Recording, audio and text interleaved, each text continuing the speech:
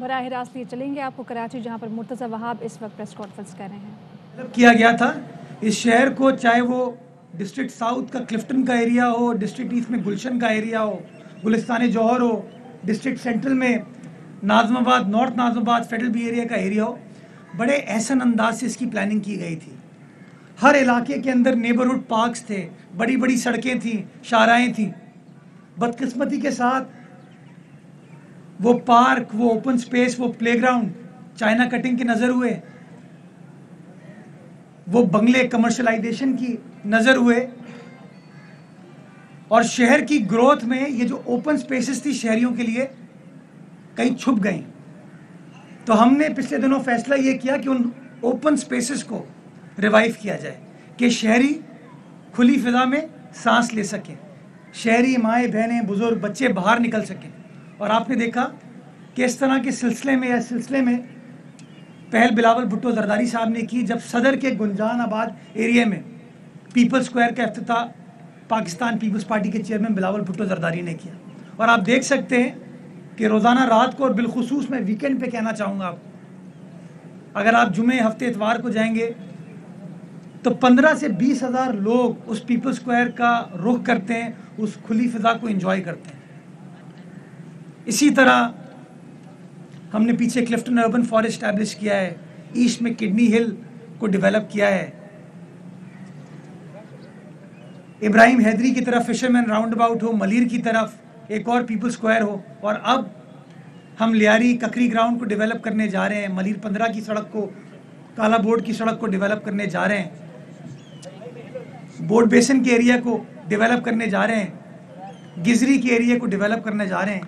یہ شو کرتا ہے کہ نیت صاف، منزل آسان، اور ہماری قیادت کا کلیئرٹی کے ساتھ یہ ویژن ہے کہ ہماری اوپن سپیسز کو ایک بار پھر شہریوں کے لیے ری کیپچر کرنا ہے، شہریوں کے لیے کھولنا ہے. اور آپ کو نظر آ رہا ہے کہ وہ کام ہوتے ہوئے نظر آ رہا ہے کراچی کے ہر ضلع میں.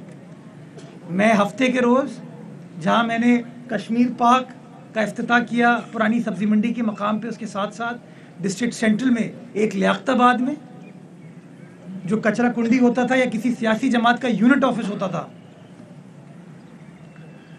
اس کو پارک کی شکل دی. فیڈرل بی ایریا میں ایک اور پارک اوپن کیا. آج میں یہاں پر آیا ہوں، اس کے بعد میں صدر کا رخ کر رہا ہوں، اور وہاں پر 2 اور پارک ہیں جن کو کھولنے جا رہے ہیں ہم.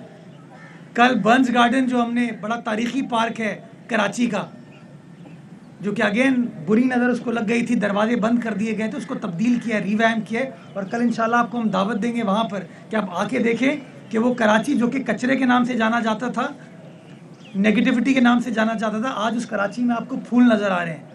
اور کوئی نئے وسائل، کوئی نئے اختیارات نہیں، وہی وسائل وہی اختیارات استعمال کرتے ہوئے. تو انشاءاللہ یہ بہتری کا سفر، یہ ترقی کا سفر، اور اپنی سمت کو صحیح سمت میں گامزن کرنے کا جو سفر بلاول بھٹو زرداری صاحب نے کراچی کے لیے سٹارٹ کیا ہے، اس کو تمام پاکستان پیپلز پارٹی کے کارکنان فالو کریں، اور انشاءاللہ اس کو امپلیمنٹ کرتے ہوئے ہم آگے بڑھیں. اللہ تعالیٰ ہمیں اور توفیق دے کہ ہم اس شہر کی خدمت کر سکیں، اس صوبے کی خدمت کر سکیں، اور انشاءاللہ سارے پاکستان کی خدمت کر سکیں. پاکستان زندہ باد. سوال جواب ہے. یہ بتائیے گا کہ جماعت اسلامی سے اور بی ایس پی سے معاہدہ ہو گیا آپ کا، کیا اب یہ ترمیمی بل جو ہے اس کا مارکا ہو جائے گا، یا ابھی پی ٹی آئی اور ایم کیو ایم کو منہ دینا باقی ہے، اور پس پردہ کوئی ان سے مذاکرات چل رہے ہیں اس حوالے سے؟ ان کی طرف سے تو کوئی نکات اب تک سامنے آ نہیں سکے. دیکھیے، پاکستان پیپلز پارٹی کے لیڈر ہے بلاول بھٹو زرداری صاحب. عمران خان صاحب نہیں ہے کہ یو ٹرن لے لیں. ہم لوگ جو بات کی ہے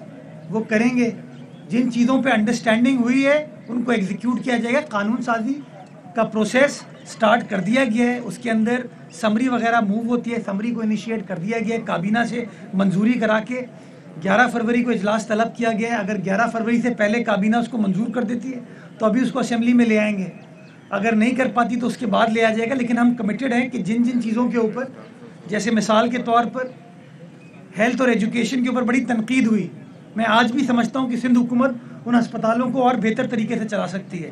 لیکن چونکہ جماعت اسلامی کے دوستوں نے اور سیاسی جماعتوں نے اس کے اوپر تنقید کی، کہ اس کو بلدیات کے پاس رہنا چاہیے، تو ہم نے ان کی تنقید کا احترام کرتے ہوئے، ان کی رائے کا احترام کرتے ہوئے اتفاق کر لیا۔ اس کے لیے جو قانونی ترمیم لانے کی ضرورت ہے وہ لے آئی جائے گی۔ واٹر بورڈ کے حوالے سے بات کی گئی، وہ قانونی ترمیم لے آئی جائے گی۔ تو تمام چیزیں جہاں جہاں انڈرسٹینڈنگ ہے اس کے اندر کوئی دوسری رائے نہیں ہے۔ وزیر اعلیٰ سندھ خود جماعت اسلامی کے پاس گئے تھے بات کرنے کے لیے، تو شو کرتا ہے کہ ہم لوگ پولیٹیکل ڈائلاگ میں بلیو کرتے ہیں، سیاسی مشاورت میں بلیو کرتے ہیں، اور مشاورت کرتے ہوئے جس طرح بھی مسائل ہم حل کر سکتے ہیں قانونی آئینی اعتبار سے انشاءاللہ وہ تمام چیزیں کی جائیں گی۔ اچھا مرتضی وہاب صاحب، یہ مختلف اداروں کے سروے آپ نے پڑھے ہوں گے، اخبارات میں ان کی زینت بنے ہیں، اس میں مہنگائی کو سب سے بڑی ناکامی اس حکومت کی قرار دیا گیا ہے۔ تو پیپلز پارٹی نون لیگ ملاقاتیں بھی کر رہے ہیں، حکومت گرانے کی باتیں بھی ہو رہی ہیں، آپ لوگوں کے پاس کیا پلان ہے؟ عوام کو فوری ریلیف دیں گے، ان کس طرح دیں گے؟ دیکھیے 13% اس وقت انفلیشن ہے جنوری کے مہینے میں، یہ بین الاقوامی ادارے بھی کہہ رہے ہیں، پاکستان بیورو آف اسٹیٹسٹکس بھی کہہ رہا ہے۔ تو پاکستان میں حکومت عمران خان صاحب کی ہے، آپ کے سامنے ہے، چاہے بجلی ہو، گیس ہو، خیر گیس تو مل نہیں پا رہی انفارچونیٹلی، بالخصوص ہمارے صوبے میں تو گیس میسر ہی نہیں ہے لوگوں کو، بیکاز پتہ نہیں کیا دشمنی ہے عمران خان صاحب کی ہم سے۔ آٹا، چینی، فرٹیلائزر، کوئی ایک چیز آپ بات کر لیں جس کی قیمت وفاقی حکومت نے انڈر کنٹرول رکھی ہوئی ہو۔ یہ کسی چیز کو کنٹرول کرنے پر بلیو نہیں کرتے، کیوں؟ کیونکہ ہر جگہ ان کی اپنی مافیاز موجود ہیں۔ اگر چینی کی قلت ہوتی ہے اور کچھ شوگر مافیا کے لوگ پیسے کماتے ہیں، ان کے تانے بانے آپ چیک کریں گے تو کہیں نہ کہیں پی ٹی آئی سے ماضی میں بھی ملتے ہوں گے، آج بھی ملتے ہوں گے۔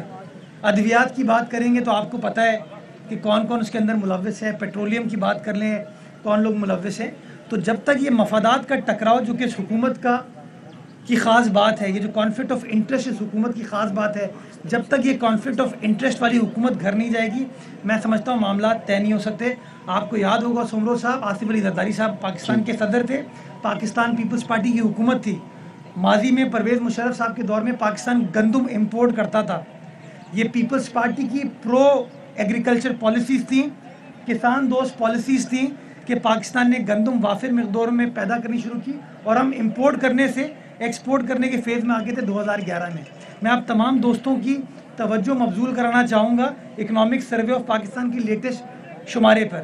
اگر آپ اس کے کاغذات پڑھیں گے تو آپ کو نظر آئے گا کہ کس طریقے سے پچھلے 10 سالوں میں پاکستان کے ایگریکلچر سیکٹر کو کسان دشمن پالیسیز کی وجہ سے نقصان پہنچایا گیا، اور میں سمجھتا ہوں وقت آ گیا ہے، پاکستان کی 65% آبادی جو ہے وہ ایگریکلچر سے ریلیٹڈ ہے۔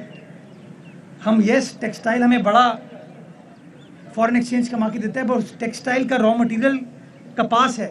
اگر ہمارا کسان کپاس نہیں